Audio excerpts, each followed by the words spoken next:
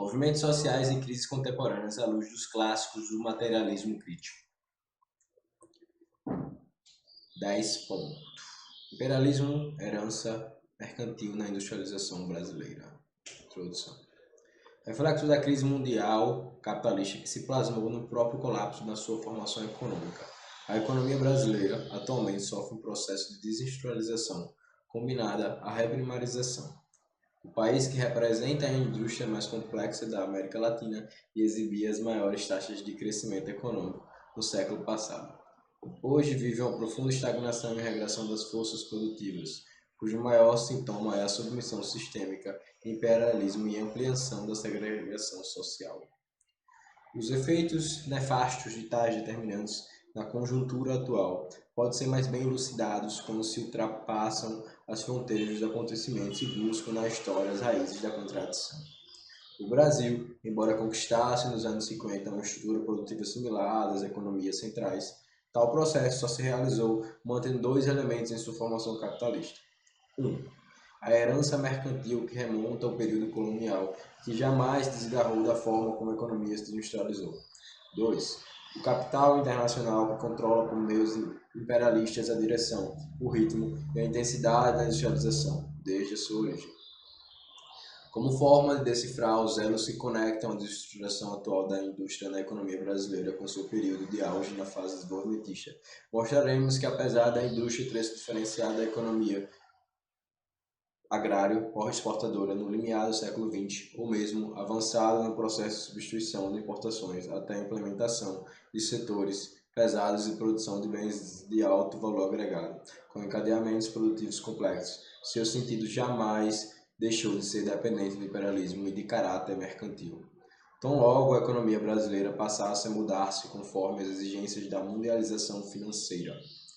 Para o conceito de mundialização financeira, ver Chenas, 1998.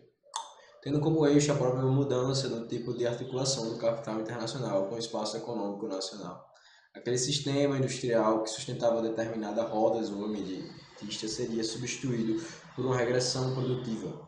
Tanto a dependência ao imperialismo, que se explicita por desnacionalização, financiarização e desemprego estrutural, quanto as relações mercantis que marcam a reprimarização da economia, rentismo e especialização, revelam na exata medida a fusão entre o arcaico e o moderno na reprodução do capitalismo brasileiro. Ventre mercantil da indústria. A indústria no Brasil nasceu como uma diferenciação da economia mercantil, cuja forma e concepção se escrevem no secular processo de colonização. Desse modo, entender a experiência de industrialização no país, inserida em suas articulações externas, bem como os rumos internos de sua classe dirigente, diz respeito, acima de tudo, ao, abre aspas, sentido da colonização, fecha aspas, conforme Caio Prado Júnior, 2000, nos ensinou. Nossa origem colonial se confunde com a própria modernização europeia, na transição do feudalismo para o capitalismo, mas, em particular, a precocidade lusitana neste processo. A formação absolutista de Portugal nos ilumina ao entendimento de como o espaço colonial brasileiro acendeu-se determinações profundas da antiga sociedade portuguesa. Um traço essencial de tal origem diz respeito à matriz patrimonialista, ao espírito aventureiro e ao oportunismo que impregnavam nossos colonizadores. Desde cedo aqui se imperou a lógica da especulação mercantil, a colonização com nexos morais precários e instabilidades diversas. Tem nessa origem portuguesa sua especificidade, isto é, uma organização econômica periférica voltada para os negócios externos e, portanto, estranhos à consolidação de um espaço minimamente estável de povoamento e com pretensão de fixação nacional para o povoamento de gerações futuras. Padre Júnior, 2000. Os tipos senhoriais que aqui chegam eram fidalgos disfarçados de nobres, visto que eram negociantes desvinculados da terra natal em termos de propriedade, mas com grande capacidade de financiar a mercancia. Ao mesmo tempo, foi a centralização estatal do reinado português que definiu o alcance dos seus empreendimentos, ou seja, a burguesia mercantil estava presa às relações, muitas vezes em redes de corrupção, de coroa com sua fidalga ávida a fazer negócios. Mesmo que significasse a edificação de uma estrutura custosa de engenhos para a produção de açúcar, com alto investimento, a montagem do negócio agrícola na América Portuguesa não se afastava a um centímetro sequer da obsessão ibérica de encontrar metais preciosos. Daí a manutenção de bandeiras de produção de exploração, que utilizam das formas mais bárbaras possíveis para o extermínio ou exploração indígena, com a função de manter inalterado o sentido da colonização, entre aspas. Holanda, 1994, 4 de junho de 2000. Não por outro motivo que a escravização africana foi priorizada em relação ao indígena, como forma de garantir os ganhos que se faziam no tráfico externo vinculados à lógica de acumulação produtiva. Marcos, 2013, Novaes, 1995. Seria justamente desta relação que toda a sociabilidade brasileira foi constituída, cujas heranças escravotadas penetram até os dias de hoje no comportamento psicossocial, principalmente em nossas classes dominantes. Quando tratamos da escravidão, é necessário entender que não bastou produzir para acumular no comércio, mas produzir de maneira que permitisse a acumulação no comércio para fins de acumulação primitiva. Novaes, 1995, 2005. Além de ter mercadorias-chaves, volume e ritmo ajustados na lógica mercantil, o modo de vida teria que ser voltado para tal princípio. Todo o sistema estaria adaptado para viabilizar o processo burguês dentro do mercantilismo. Daí a necessidade de acelerar o quanto fosse possível a acumulação primitiva. Para tanto, seria necessária a adoção das formas compulsórias de trabalho, escravismo. Não poderia se correr o risco na colônia de implantar o trabalho assalariado em virtude de a terra ser muito acessível, e com isso o assalariado virar produtor independente, apartando-se dos interesses de exclusivismo mercantil português. Assim, seria na escravidão, por meio da exploração humana sem limites e conforme os mais avançados métodos de barbárie da época, que se garantia um ambiente de negócios coloniais. Assentada no sentido externo da acumulação primitiva e desenvolvida no trabalho escravo, a colonização brasileira se ampliou em diversos complexos econômicos, como assinalou Celso Furtado, em 1975. Desse modo, teríamos um litoral açucareiro a partir do Nordeste que absorveu o sertão, e dele criou-se um setor exportador que subjugava o de subsistência. Depois seguiu a integração interior-litoral por meio da mineração com a pecuária. Nesta vasta formação territorial, não existiriam nexos orgânicos na forma predominante de relacionamento entre as regiões, uma vez que tendiam a prevalecer lógicas distintas às centrípetas, visto que as regiões inseridas se fortaleceram por relações centrífugas, do mesmo modo em que surgiam vazios autárquicos. A formação territorial só poderia se consolidar de forma impositiva pelo reinado do português. Como requisito central do absolutismo português, a forte dependência externa condicionou a formação da economia colonial na América. As condições para articular um mercado local que conseguisse sobredeterminar a formação territorial brasileira eram extremamente limitadas e subordinadas ao oportunismo da valorização mercantil externa. Tornou-se mais patente tal característica na economia do açúcar e menos na dos minérios. Pecuária, nos dois casos, ainda que tivesse uma natureza por definição interiorizada, fora submetida aos dois complexos e, portanto, com limitada capacidade de engendrar por forças próprias um caráter nacionalmente unificador.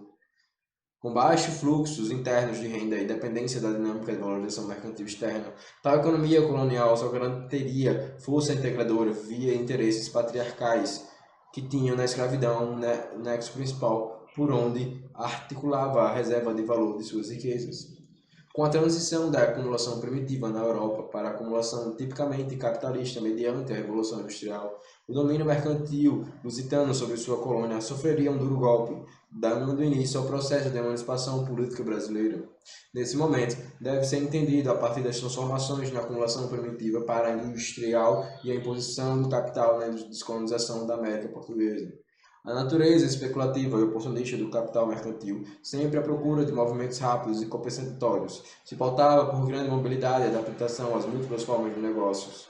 Preferia se integrar ao comércio, desenvolvendo atividades como circulação de matérias-primas, mercadorias, criação de armazéns e difusão de meios de transporte e financiamento, do que arriscar-se na produção. Isto é, preferia a subordinação indireta ao comando absoluto na esfera produtiva. Seria a própria dilatação das esferas do capital mercantil, entretanto, em sua acumulação primitiva que faria explorar novos negócios, como na fabricação de bens finais, colocando em xeque sua mobilidade. Quando a rentabilidade e as oportunidades de realização se casaram no comércio, o capital mercantil passou a investir em capital fixo imobilizado e sua versatilidade se consumiu a reprodução ampliada do capital industrial. Arruada, 2010, 2001, Marx, 2013. A maturação e a diferenciação do capital mercantil impuseram dessa maneira seu contrário pela Revolução Industrial. Dessa crise, desarticularam as integradas teias de dominação que ligavam a economia à metrópole a partir do mercantilismo. A resposta portuguesa a tal crise, com as políticas pombalinas, além do próprio julgo das potências capitalistas diante das guerras napoleônicas, aumentaram os limites do antigo regime em espaços periféricos, e deles nasceria o questionamento do pacto colonial. A despeito de ser o resultado de tais vicissitudes no sistema capitalista em processo de afirmação, o Brasil se particularizou na América Latina, Dodge, 1905. Da mesma forma que transitava para um novo status periférico dentro da órbita industrial inglesa, o país mantinha a ordem escravocrata que lhe dava sentido de unidade nacional diante das inúmeras revoltas regionais, independentistas latino-americanas, Prado Júnior, 1969. No século XIX, aqui se abriu uma tensão permanente entre o processo histórico que evoluiu pela reprodução contraditória do sentido da colonização e diferenciação do mercado interno, Prado Júnior, 1989. A tendência colonial impunha a continuidade da nossa formação dependente, ou seja, o intermitente impulso dos negócios externos movido por lucros da nossa classe dominante subordinada à metrópole. Ainda que tenha alargado os horizontes dos negócios mercantis e estruturado a produção nacional e seus canais de financiamento e distribuição, a independência do Brasil manteve o sentido de continuidade, pois continuaria como espaço marginal, mesmo participando agora de um novo sistema econômico internacional. Seria sua condição periférica e subsidiária no capitalismo que delinearia um território genuinamente mercantil determinado pelos impulsos imperialistas. Uma fase de neocolonização na qual implicava ao mesmo tempo uma retenção de parte dos mais valor internamente e a constituição de um mercado interno a serviço da valorização da Inglaterra no âmbito mundial. É importante ressaltar que tal processo não foi exógeno às relações de produção na economia brasileira, mas intrínseca a um padrão de adaptação interna entre a associação subordinada da burguesia brasileira e a dominação externa do capital internacional. A própria construção do Estado brasileiro em todo o século XIX seguiu esta produção da dependência externa e do desenvolvimento. Florestan Fernandes, 2006, nos indicou que o liberalismo, como elemento de libertação colonial, seria instrumentalizado pela ordem senhorial, com o intuito de organizar uma unidade nacional que permitisse às classes dominantes se integrarem praticamente sem emancipar economicamente o país recém-criado. Com isso, institucionalizou-se o imperialismo de senhores e cidadãos que, distante de introduzir instituições democráticas burguesas como nas economias centrais, teria como objeto a construção de um novo espaço mercantil especializado em exportações para o capitalismo inglês em ascensão. Por outro ângulo, a gênese do aparelho estatal brasileiro na época imperial teve seu principal impulso na ordem privada, mantendo a escravidão. Essa conservação planejada do privatismo escravocrata necessitava do monopólio estatal da violência, como instância estratégica para manter a dupla articulação, entre aspas, e se revelava pela submissão às economias centrais, que garantia retornos rápidos e menos incertos para os negócios mercantis da burguesia brasileira, e a perpetuação da desigualdade social. Impunha-se, com isto, uma unidade da burguesia brasileira que se definia pela sistemática domesticação e repressão das classes populares. O desenvolvimento da economia mercantil sob base nacional e especializada no café, produto extremamente demandado como estimulante para explorar os trabalhadores em jornada cada vez mais estafantes nas fábricas inglesas. Criou suas próprias contradições que forçaria o surgimento da indústria no Brasil. Uma síntese sobre as diferentes vertentes historiográficas que discutem a origem da indústria no Brasil pode ser encontrada em Sais, 1989. O nascimento da indústria no país constituiu dessa maneira uma diferenciação dentro do complexo mercantil cafeeiro, cuja dinâmica estava subordinada ao capital internacional e sua valorização externa. Assim, a indústria se originou de um ventre mercantil no qual ela era apenas uma dimensão de várias outras que integravam o portfólio da burguesia cafeeira. Essa classe dominante estava representada em atividades comerciais de bens de consumo, agrícolas, bancárias, transporte. Silva, 1976. As relações imperialistas aos subordinados dos burguesias brasileiras garantiam o comércio, o financiamento, o beneficiamento, seguros e o transporte para desenvolver a economia cafeeira. No âmbito da reprodução ampliada do capital, só de 1936. Ao expandir extensivamente os negócios do café, deslocando permanentemente suas fronteiras faleiras de 2010, colocaram-se crescentes custos de transporte e de beneficiamento que só seriam definitivamente solucionados por meio de financiamento externo, de investimento direto estrangeiro, IDE, mas que ao mesmo tempo introduzia uma lógica industrial capitalista que aos poucos iriam colocando as condições estruturais para a superação dessa mesma economia. Silva, 1986.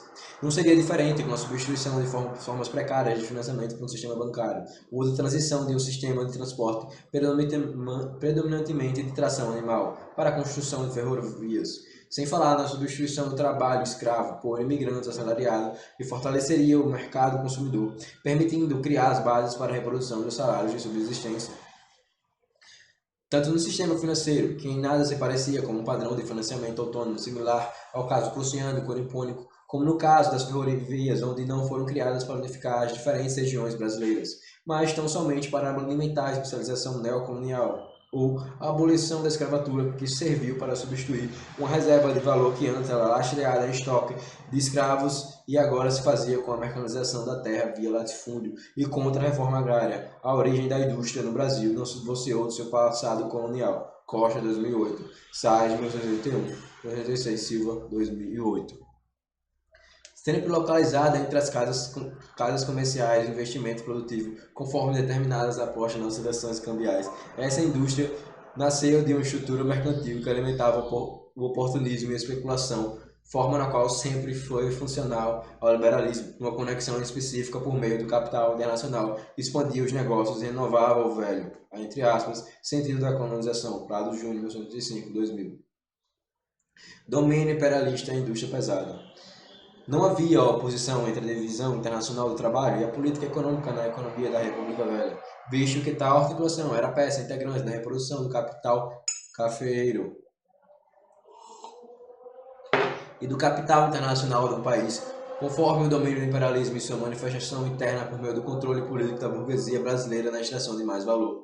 A indústria, sobretudo de bens de consumo não duráveis como tecido, bebidas, fumos, calçados, etc., e de origem privada nacional, seria parte constituinte dessa relação. Todavia, com a crise de 29 e o acerramento das condições da superprodução de café,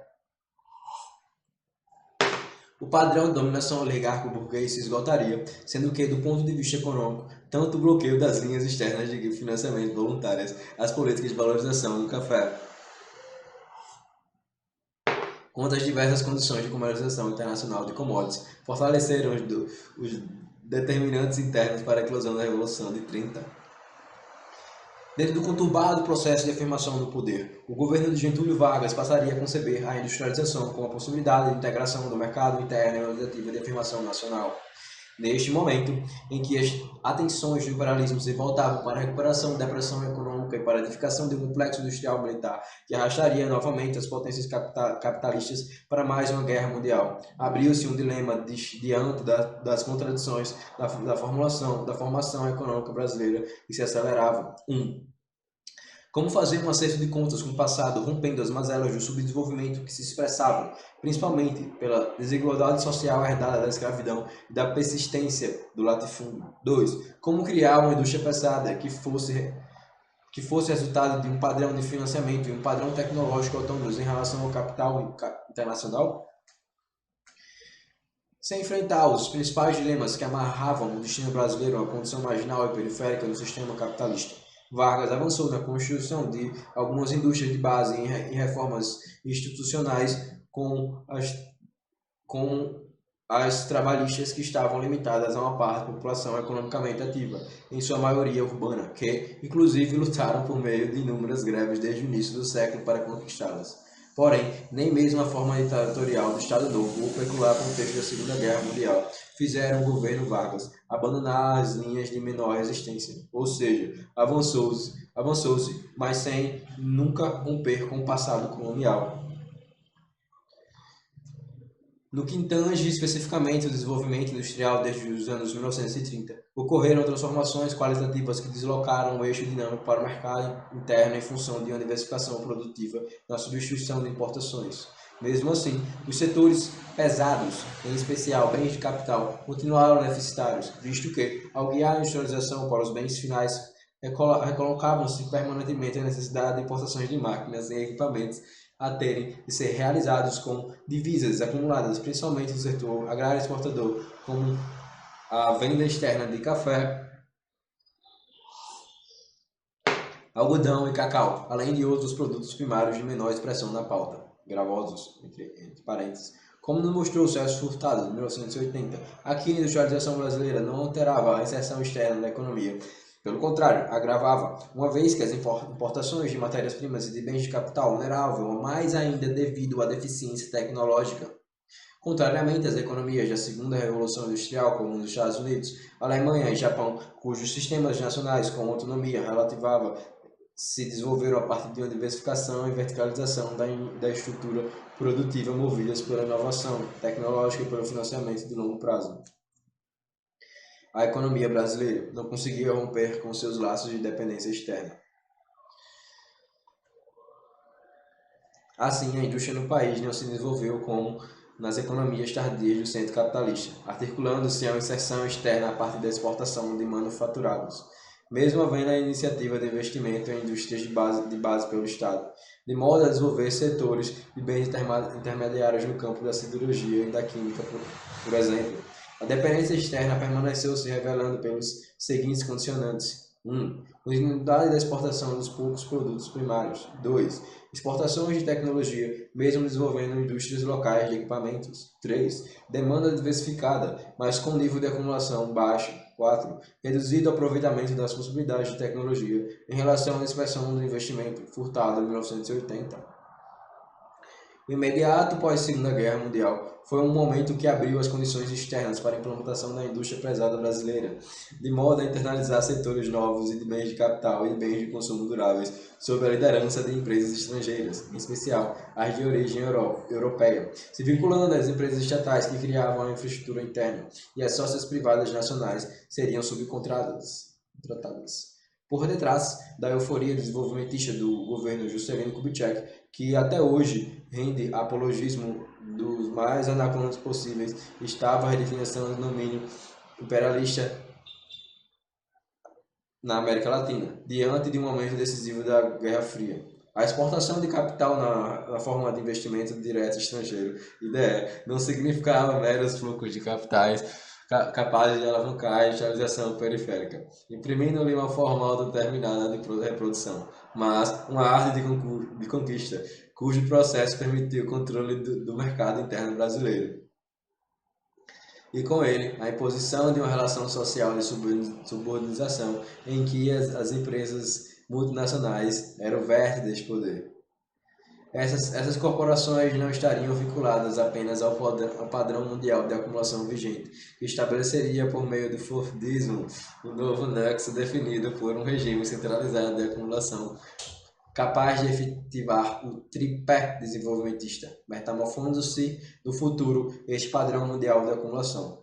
Ao determinar uma inserção global das corporações inscritas numa lógica cada vez mais financiarizada e antagônica ao desenvolvimento de sistemas econômicos nacionais, reconfiguraria transnacionalmente o domínio imperialista, de modo a impor a regressão da indústria pesada que ele próprio havia criado no Brasil. Campos Costa, 2012, Campos Rodrigues, 2014, Furtado, 1992.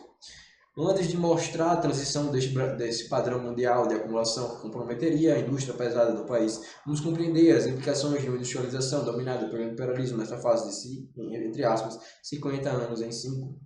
Em primeiro lugar, as empresas multinacionais que fixaram a partir de 1956, desenvolvendo a indústria pesada no país, fizeram com o objetivo valorizarem o patrimônio de suas matrizes. A garantia de manutenção desta valorização externa exigia o controle do mercado interno e um domínio imperialista que, ao ter o suporte interno do Estado brasileiro e de sua burguesia oferecendo infraestrutura, criava uma base de associação não apenas de fora, como ocorreu no auge da economia cafeeira, mas principalmente a partir de dentro. como mostrou Caio Prado Júnior em 1986, 1985 e 1987. As empresas estrangeiras fixaram as normas, o ritmo e os limites do desenvolvimento capitalista brasileiro em função do montante de lucros que a economia brasileira pudesse gerar. Os lucros extraídos mediante a superpoblação da força de trabalho não interessavam ser realizados em moeda nacional, cruzeiros na época, mas teriam que ser transformados em moeda de origem, no caso, dólares. Os saldos financeiros que o Brasil teria que oferecer vinham do seu intercâmbio comercial, em que o agronegócio era praticamente o único responsável, já que tantas indústrias de capital estrangeiro e nacional estavam voltadas ao mercado interno sem capacidade de geração de divisas.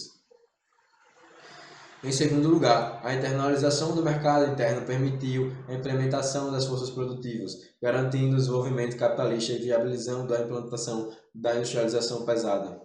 Porém, o capital internacional calcularia o custo-benefício em deslocar as suas plantas produtivas, tendo como garantia a capacidade da economia brasileira de realizar os lucros em moeda de origem. A dependência foi selada por uma associação subordinada da burguesia brasileira, em que, por meio do controle político do Estado, defendia-se uma rentabilidade esperada capaz de remunerar um arco variado de negócios de dentro para fora. Distintamente das experiências tardias de industrialização pesada do século XIX, que no início disponibilizaram de financiamento externo, neste momento, entre aspas, imperialismo total, como denominou Florestan Fernandes, de 2006. As empresas multinacionais controlavam a tecnologia, as finanças e dominavam os mercados, integrando-se em função do capital monopolista. Em terceiro lugar, o tipo de indústria que se originou desta fase imperialista no Brasil foi pouco entrosada e orgânica à superação das principais necessidades materiais da população. Continuava objetivada em substituir importações, no caso de bens de luxo que não respondiam pela necessidade da maior parte da coletividade.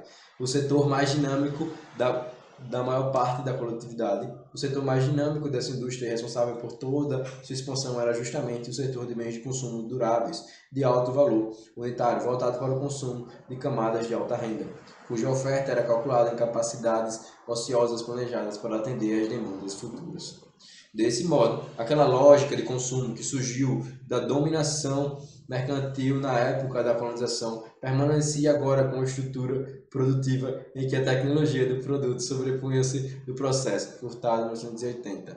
Como a dinâmica da indústria sempre foi comandada pelos setores de bens finais no Brasil, o controle da tecnologia do produto seria fundamental para o exercício do poder das empresas multinacionais, dada a impossibilidade de a empresa privada nacional enfrentar em igualdade à estrangeira. Ele se submetia aos processos administrados pelas empresas estrangeiras e ao seu severo regime de subcontratação. Os efeitos dessa indústria pesada seriam a continuidade da deformação dos padrões de consumo, que só seriam viáveis mantendo o subdesenvolvimento por meio do subemprego e da segregação social, ou, em poucas palavras, a perpetuação da heterogeneidade estrutural do mercado de trabalho. O mais valor gerado nessa indústria industrial internacionalizada não seria canalizado para investimentos produtivos capazes de estender a substituição de importação para os setores de mais alta complexidade, como bens de capital, para viabilizar a modernização do consumo diferenciado da classe dominante com auxílio do Estado. É possível estabelecer assim um elo de herança colonial em seu atraso e como ela penetrava no que existia de mais moderno, que era a indústria pesada, Prado, 1976 e 1989. Essa indústria seria como a combinação da estrutura mercantil precária determinada por uma relação capital e trabalho frouxa e a dominação imperialista avançada, cuja volatilidade tal nexo no espaço econômico brasileiro gerava um vazio socioeconômico que impedia a consolidação de um mercado interno capaz de reter os frutos da valorização do capital nos termos das economias centrais. Nesse sentido, o subdesenvolvimento das forças produtivas inseridas em relações sociais de produção que repunham formas pretéritas do mercado de trabalho originavam uma industrialização cuja necessidade de expansão era estranha a uma legislação do mercado interno, incapazes, portanto, de entrosarem produção e consumo, atendendo às diferentes camadas da sociedade. Para além dos âmbitos desenvolvimentistas identificados com o plano de meta JK, não foi o capital internacional que se adaptou ao mercado interno e às condições de planejamento latino-americanas, tal como ocorreu na segunda Revolução Industrial, mas o contrário, foi o capital internacional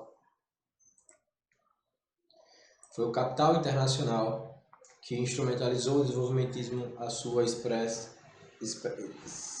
multinacional com vistas e garantia a valorização externa.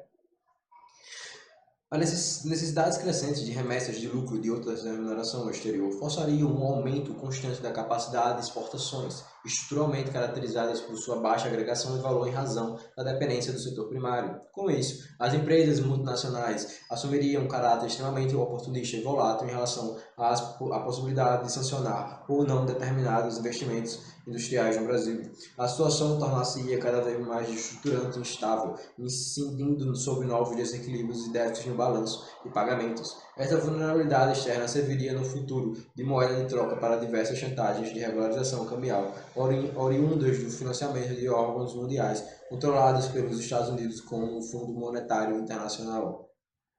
Essas instabilidades já se faziam sentir no início dos anos 1960 com a conturbada posse do governo João Goulart.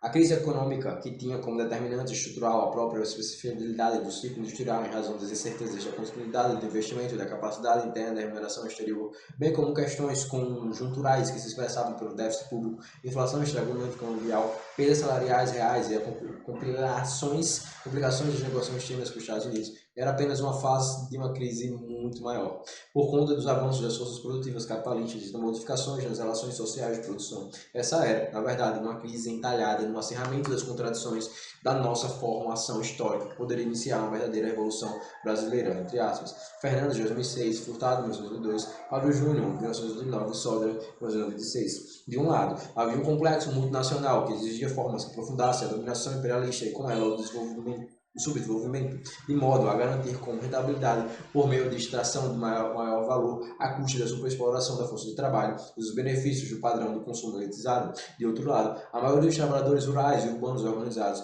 alguns setores da pequena burguesia, como burocratas, estudantes, intelectuais e militares de baixa patente, exigiam, por meio de um complexo nacional popular, reformas estruturais capazes de domesticar o capitalismo para o bem-estar da maior parte da coletividade brasileira. Sobre a explicação das categorias Complexo Multinacional e Complexo Nacional Popular, vê nosso recente trabalho, os Campos de 2016. O golpe de 64 e as reformas paridas na ditadura significaram o fim da impossibilidade de um desenvolvimento capitalista brasileiro que conciliasse a autonomia, a hegemonidade social e democracia. Ao permitir conexões das filiais estrangeiras aqui sediadas com financiamento internacional via Euromercado, tornando o Brasil o país mais endividado da América Latina no final de 1970. As reformas financeiras do governo Castelo Branco dilataram os canais institucionais internos para a penetração da dominação imperialista das formas abrangentes, Campos Rodrigues, 2014. Tanto o financiamento externo quanto o novo ciclo de ideia, integrados às novas formas de intermediação financeira, como a rolagem de papel de dívida pública, adicionadas às reformas tributárias, trabalhistas, educacional e agrícola, permitiriam que o país crescesse, apresentando as maiores taxas de dispersão do PIB no continente.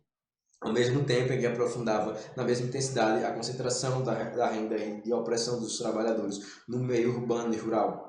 Do ponto de vista da repressão, já a partir de abril de 1964 e com mais intensidade em 1988 em diante, desarticulou-se todo o acúmulo político das forças populares que lutavam desde o limiar do século XX por reformas estruturais que eliminassem a segregação social. Este aparato repressor a serviço do imperialismo daria origem no Brasil a uma forma de contra-revolução preventiva e permanente definida a partir do Estado, entre aspas, Estado autocrático burguês, como Floresta Fernandes de 2006 denominou. Mesmo com o fim da ditadura nos anos 1980, este caráter internacional, antipopular e antidemocrático se manteve a serviço das classes dominantes na nova República, Fernandes de 2014. Em síntese, a indústria pesada se desenvolvia aprimorando a dominação imperialista e reproduzindo as velhas relações mercantis que se inscreviam na formação econômica do Brasil. Com isso, a burguesia brasileira, em associação subordinada ao capital internacional, garantia o avanço do desenvolvimento industrial e a possibilidade, com o apoio das empresas estatais, de reter parte do mais valor gerado internamente. Sua obsessão mercantil, marcada pelo custo, prazismo e oportunismo, cegou, no entanto, a capacidade de entender que a crise nascia no início dos anos 1970 não correspondia apenas a um problema conjuntural apresentado pelo aumento do preço do petróleo, mas uma crise estrutural do capital que modificaria o padrão mundial de acumulação, mesário de 2009. Por ser um momento de transição, não estava clara no devaneio ufanista do governo Geisel com o segundo PND, segundo Plano Nacional de Desenvolvimento de 1974, que o nexo de articulação entre o capital internacional e o espaço econômico brasileiro iria se modificar radicalmente de modo a alterar e, no limite, impor a regressão das forças produtivas industriais que se iniciariam nos anos 50. Eis o início do processo da desconstrução do aparelho desenvolvimentista, que, embora tivesse servido às empresas multinacionais, agora se modificava a favor da reestruturação global no capital. Crise e desestruturação industrial. A crise de 1970 marcou um momento de mutação financeira produtiva segundo as necessidades de produção do capital nesse estágio imperialista. Também significou um período de inúmeras reformas com o intuito de garantir maior mobilidade ao capital internacional em seu trânsito global de valorização. Assim, os espaços econômicos nacionais seriam adaptados à nova modelização, com permeabilidades entre países garantidas por políticas econômicas, intelectuais, sociais e regionais liberalizantes. As mudanças a serem praticadas passavam pela flexibilização da regulação no mercado de trabalho, no desmonte das políticas sociais e também por uma revolução de microeletrônica que intensificava a reestruturação produtiva das grandes corporações e garantia as compensações monetárias globais das finanças. Necessitariam também de modificações profundas nos marcos internacionais de regulação comercial, tecnológica e financeira, definidos em Bretton Woods com o objetivo de unificar os mercados nacionais à lógica do capital financeiro. Em suma, o espaço econômico de valorização mundial, antes definido pela internalização dos mercados internos e protegidos nacionalmente, passaria agora pela integração global, condicionada por acordos regionais. Integrando cadeias produtivas verdadeiramente transnacionais e submetendo as nações a incertezas e vulnerabilidades em dimensões jamais vistas, Furtado, 1974, 1996 e 1992. Essa mudança estrutural que estava em curso nas economias centrais do capitalismo só seria totalmente incorporada no Brasil nos anos 1990. Antes, porém, mesmo no momento em que o governo Geisel anunciava a conclusão da substituição de importações na indústria pesada brasileira em sua fase mais difícil, ou seja, os setores de bens de capital, o início da metamorfose do Brasil mundial de acumulação já se estabelecia, tanto pelas mudanças de estratégias das empresas multinacionais que haviam ingressado no país nos setores de bens de consumo duráveis no período Kubitschek, quanto pelas novas, que eram empresas voltadas para o processamento de minérios estratégicos e recursos naturais em geral, a fim de alimentarem um circuito global de comércio que prenunciavam novos tempos de conquista imperialista. Um governo como Geisel, que pretendia fortalecer a perna fraca do tripé de desenvolvimento empresa privada nacional, a fim de torná-la ofertante de bens de capital para as empresas estatais e estrangeiras inseridas em novos esquemas de negócios, saiu com as duas pernas nacionais, privada e estatal, faturada, e a outra, do capital internacional, ainda mais fortalecida, denunciando nossa velha vocação para ser periferia do sistema. Incapaz de perceber que a crise mundial era algo que colocava em xeque a própria continuidade da industrialização brasileira, definida por um regime central de acumulação, o governo Geisel acreditava que, passando a tempestade, o céu de brigadeiro mostraria como a economia brasileira concluiu sua industrialização nos moldes da segunda revolução industrial, mesmo que fosse financiada por dinheiro do euromercado e dominada pelos vastos controles da empresa estrangeira no mercado interno. Como num passe de mágica, acreditava-se que o Brasil poderia se transformar em uma competência capitalista. No entanto, tanto nos limites do planejamento e do tipo de desenvolvimento do capitalismo brasileiro, que já eram conhecidos desde o período Vargas, imprimiram as marcas de uma economia satélite novamente. Um dos grandes problemas foi assumir um nível de centralização estatal, por um lado, se sobrepondo aos interesses privados do complexo multinacional, tendo por base um padrão financeiro extremamente dependente do financiamento externo. Por outro lado, a tentativa de disciplinar a entrada de novas filiais estrangeiras a fim de impor uma transferência de tecnologia com exceções, como no caso da aviação de alguns ramos de máquinas e equipamentos, teve diversas dificuldades de se firmar. A forma de articulação dos setores industriais tinha sua dinâmica definida ainda pela internalização dos mercados internos, cujo controle vinha das filiais estrangeiras do setor de bens de consumo duráveis, de bens de capital. Mesmo com as novas empresas estrangeiras que ingressaram, tiveram alguns projetos abandonados e outros só amadureceram em meados dos anos 80. Em suma, a possibilidade de desenvolver capacidade tecnológica autônoma, usufruindo de uma possível subordinação das empresas multinacionais ao poder estatal, mesmo sob o manto da ditadura, não foi possível diante do longo prazo da maturação de investimento em ciência e tecnologia, ou mesmo a dificuldade de forçar as filiais transferirem know-how para as empresas locais, uma vez que estes se submetiam aos cronogramas e padrões de eficiências vindo de fora sem capacidade ou interesse de sobrepor. Campos 2009. O aumento de subordinação ao imperialismo no momento de transição do padrão mundial de acumulação se expressava também na economia brasileira pelo fim do financiamento externo privado voluntário, em tal contexto em que o próprio governo tornava-se refém da externalização da dívida externa, assumindo seus estoques em dólares, no mesmo instante que as filiais estrangeiras no país quitavam o norte-americano e o aperto monetário do dólar. As economias latino-americanas iriam sucumbir a partir de 1982 com a moratória mexicana e consequente incapacidade de refinanciamento da dívida, sendo o Brasil o país do continente que tinha maior estoque e 80% pertencente ao seu estado.